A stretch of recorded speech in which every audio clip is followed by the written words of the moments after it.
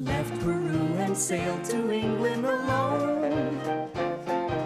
There he met the Browns and they took him home. Now a new life has begun. He's Windsor Garden's favorite son, 'cause he always does his best to help everyone. When a problem appears, he never misses a beat and always finds a way to land on his feet. Has his very own unique point of view, looks at everything as if it's brand new. He is friendly and polite, and he tries to do things right, but he gets in sticky messes just the same. He's curious and speaks his mind, but trouble's never far behind. It's Paddington Bear, he's one of a kind. I'm Paddington Bear. And the suspect you must intercept is a very cunning enemy spy. This spy is to pick up a suitcase containing a top-secret computer disk at this address. You will do the switch with this suitcase. Here's a photo of him. He's short, bearded, and, according to our contact, he's likely to be wearing a red hat and a blue coat.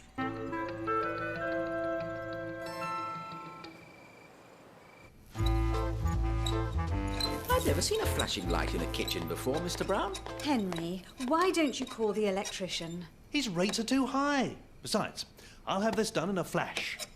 A flash is right. Electricity is very dangerous, dear. You don't want to start a fire. The situation is under control. Really, dear, we can have an electrician here first thing tomorrow to fix the switch. That'll cost a fortune. No, I'll pick up a new switch at the electrical shop and repair it myself.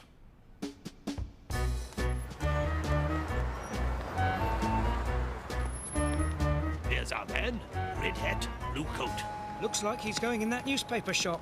As soon as he does, we make our move. The chief wasn't exaggerating when he said he'd have a beard. He must have had a shave just before this photograph was taken. Shh! Here's the drop-off man.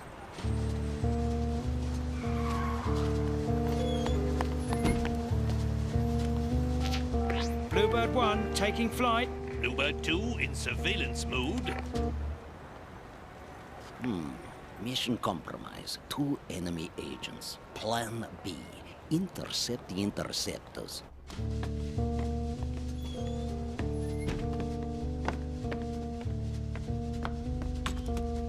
You're here for the switch? No, I'm here for a magazine for Mrs. Bird.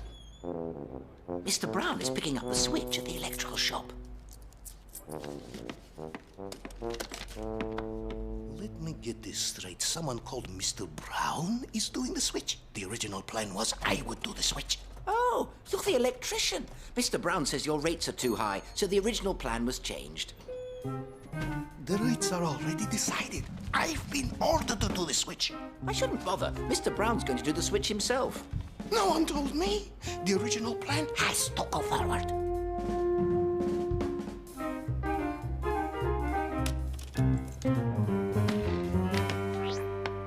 The exchange has been made. Bluebird 2, go into operational mode. Roger and out.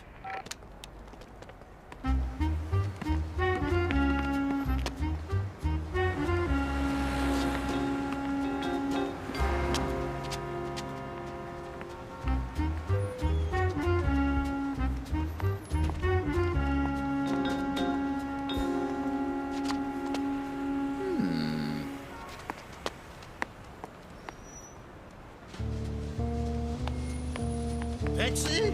Taxi! Taxi! Here he comes.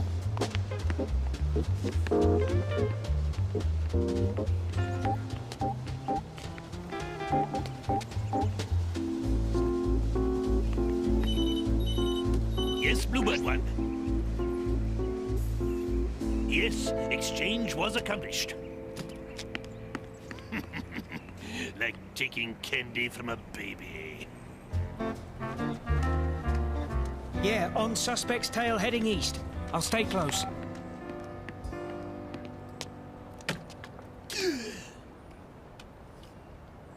Bluebird One, we've been duped. He slipped us an empty suitcase. Give me your coordinates. We've got to get the right suitcase. What is this? Where is the disc? Looks like I've been impersonated by a bear.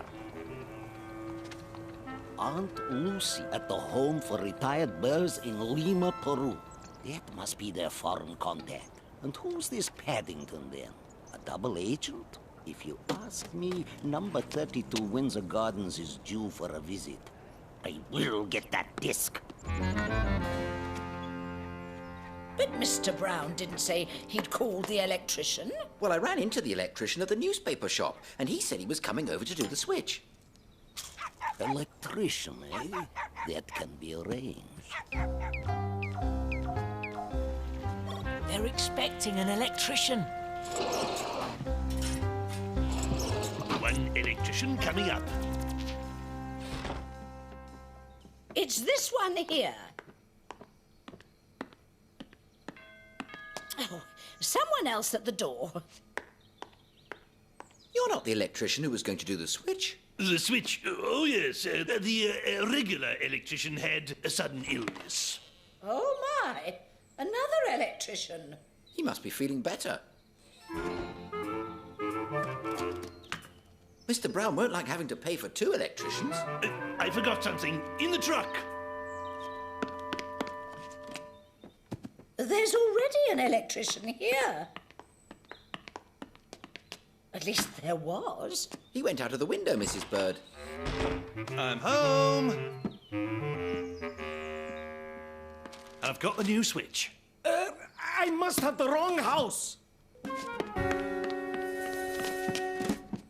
Oh, Mrs. Bird, I almost forgot. Your magazine. Why, thank you, Paddington.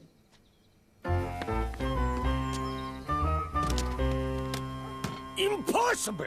I've been duped! Perhaps if I visit their foreign contact in Peru, alias Aunt Lucy. Good work, gentlemen. A job well done. Mission accomplished. So there were 3 electricians? The one you saw, the one who jumped out of the window, and there was another one at the newspaper shop who was going to come round. Very peculiar. I didn't even call one.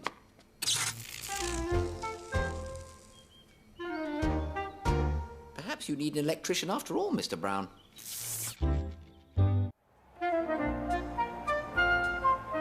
Here we are at Wimbledon, Mr. Brown, the most famous tennis tournament in the world. And it's our job to report on it for my book, The World and Its Wonders. Do you think we'll get a seat? Everything has been arranged. Ah, here comes Mr. Townsend to show us around. Welcome to Wimbledon, Mr. Gruber. This must be the young friend you were telling me about. I hope you like tennis. Bears like anything new. Wonderful. Who knows? We may find ourselves in need of a ball bear. Follow me. A ball bear? Fancy that. Our first stop is the players' locker room. This is where the players get ready for their matches.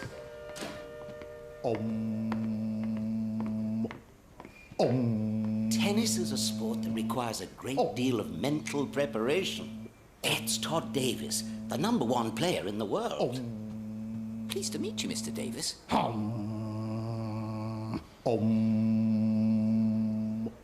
We'd better move on.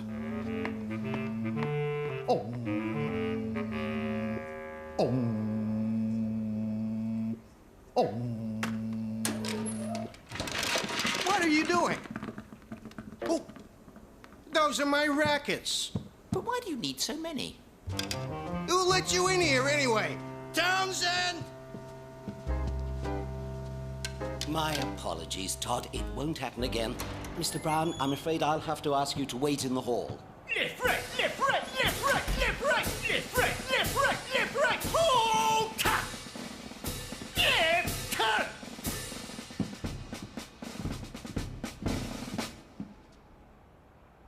I'm Sergeant Basham, the commander of this troop. What's happened to your uniform? Mr. Townsend hasn't given me one.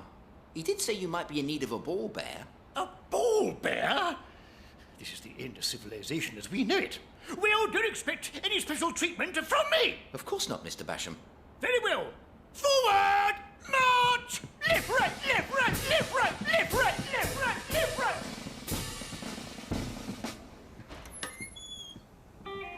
I wonder where Mr. Brown is. I'm sure he's already gone to our seats. The match is about to begin. Quarter-final day here at Wimbledon, and must say we're very much looking forward to this match. Look, between, the match is about to American begin. All for Terry, Todd Davis. I wonder if we'll see Paddington. Where do I go? You? You get the best spot in the house. Thank you very much, Mr. Basham. The seat's empty. Now where could he be? Oh! Bjorn Benson, great reputation. What's Paddington doing in the umpire's seat? Mr. Basham was right. What a wonderful view. Oh dear, is this your seat? I'm afraid that Mr. Basham must have got it wrong. My seat has to be around here somewhere. Ah, that must be it.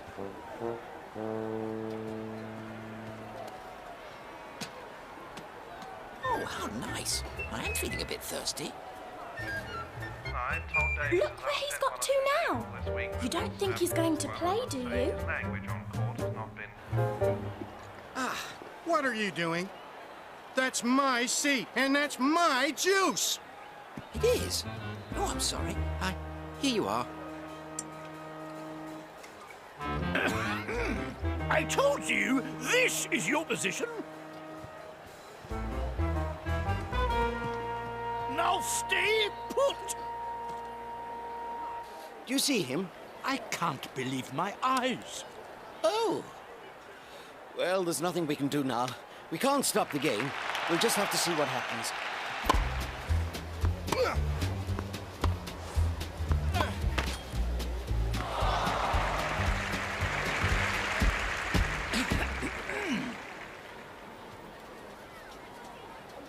But Mr. Basham told me to stay put.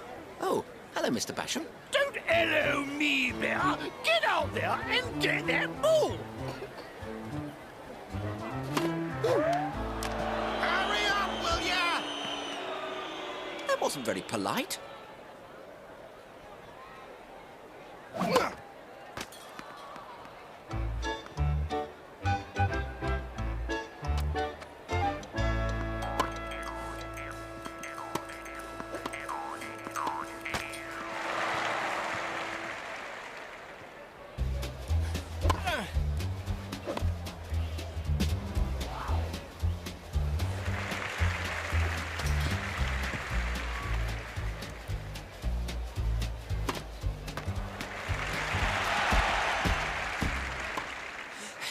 Excuse me. I don't know much about tennis, but it seems to me the players might have an easier time if that net wasn't in the way. Hello? That ball was out by a mile. What's the matter? Have you gone blind? Oh, I see. Too busy chatting with that bear, are we?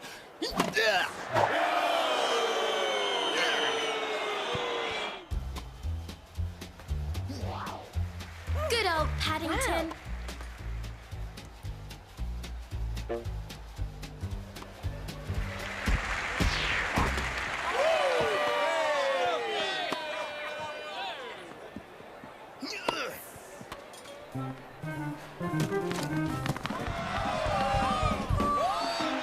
Now listen here, you.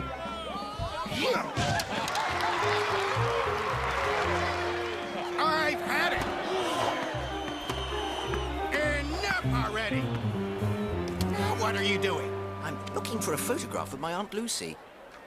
You know, you really shouldn't be so rude, because my Aunt Lucy always says, it isn't whether you win or lose, it's how you play the game. My Aunt Mary used to say that too. I guess I forgot. I behaved very badly. Can you forgive me? Of course. My Aunt Lucy also says, to err is human, to forgive is bear-like. Hold Hold fast, sworn enemy of mine. Whoops! Paddington, what is going on? I've auditioned for the Shakespeare in the Park amateur play, Mrs. Bird. We're doing Romeo and Juliet. I hope my role requires lots of fencing. Well, why don't you play the part of the helpful bear and do some shopping for me instead?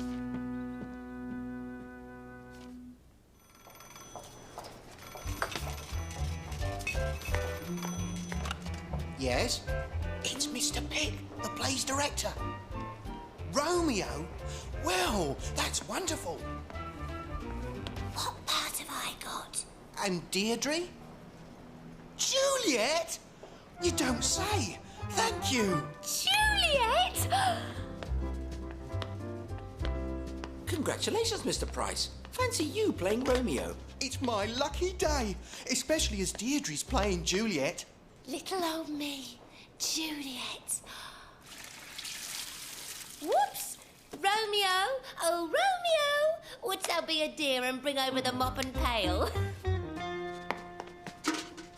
I must admit, I'm a bit smitten by my Juliet. Coming, Deirdre! Ah! Oh. Oh.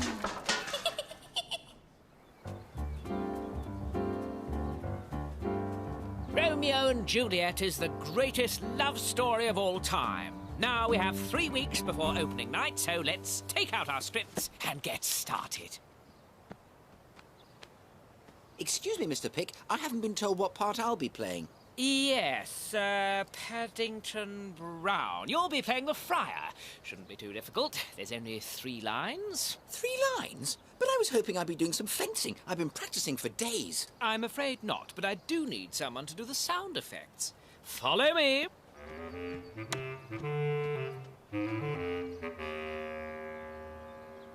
Knock the coconuts together for horses' hooves.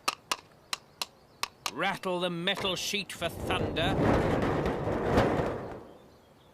Blow in this for bird chirps.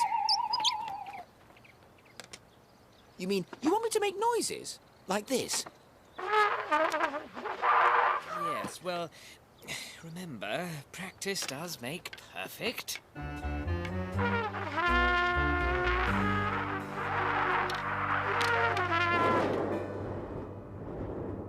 Henry, wake up.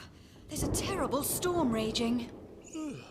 That's funny. It was perfectly calm when we went to bed.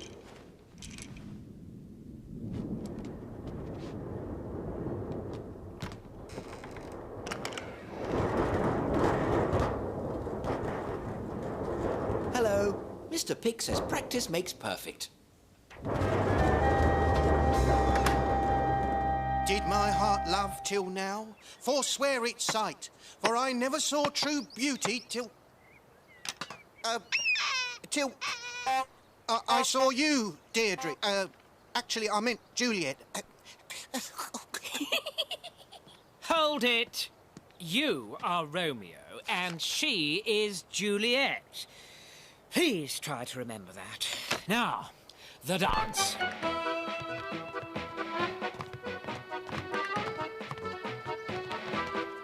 My lips, 2 blushing pilgrims ready stand to smooth that rough touch with a tender kiss. Ow! Ouch! Ow! Ow! I'm sorry. I'm afraid it's a bit difficult with pause. I've made a complete fool of myself in front of Deirdre. Perhaps I'd better drop out of the play before something dangerous happens. I think you're a wonderful actor, Mr. Price. I especially liked it when you stepped on Deirdre's foot. It looks so real. That's the trouble. It was real. Deirdre must think I'm a complete idiot. My niece is in the play's chorus. I hear Harold's not doing so well. He might be a bit clumsy, but he's so cute when his ears get all red. He really is my Romeo. Oh, thank goodness the play opens tonight. Perhaps we'll get a full night's sleep for a change. Deirdre, I want to wish you luck for tonight and apologise for everything. Ouch! Everyone, Looks like we've got a full house. Harold, what have you done? Ow. Now look what I've done. It's no good. When I get near Deirdre, I just go to pieces. I think she feels the same way about you. I heard her tell a lady that... She said that? Really? Her I love now, doth grace for grace and love allow. Oh, she knew well. Thy love did read by rote that could not spell. But come, young waverer, come go with me. It is very good. But I do wish he'd practice his lines at night and his sound effects during the day. To turn your household's rancour to pure love.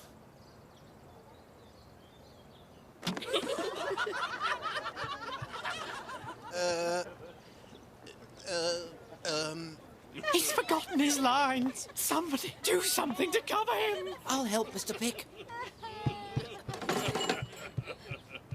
Romeo, Romeo, wherefore art thou Romeo? I am here, Deirdre. I mean, Juliet.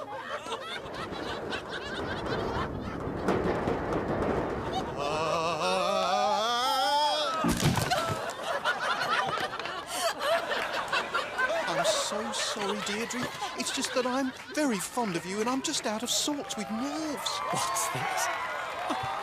They like it. I think they're calling for you, Mr. Pick.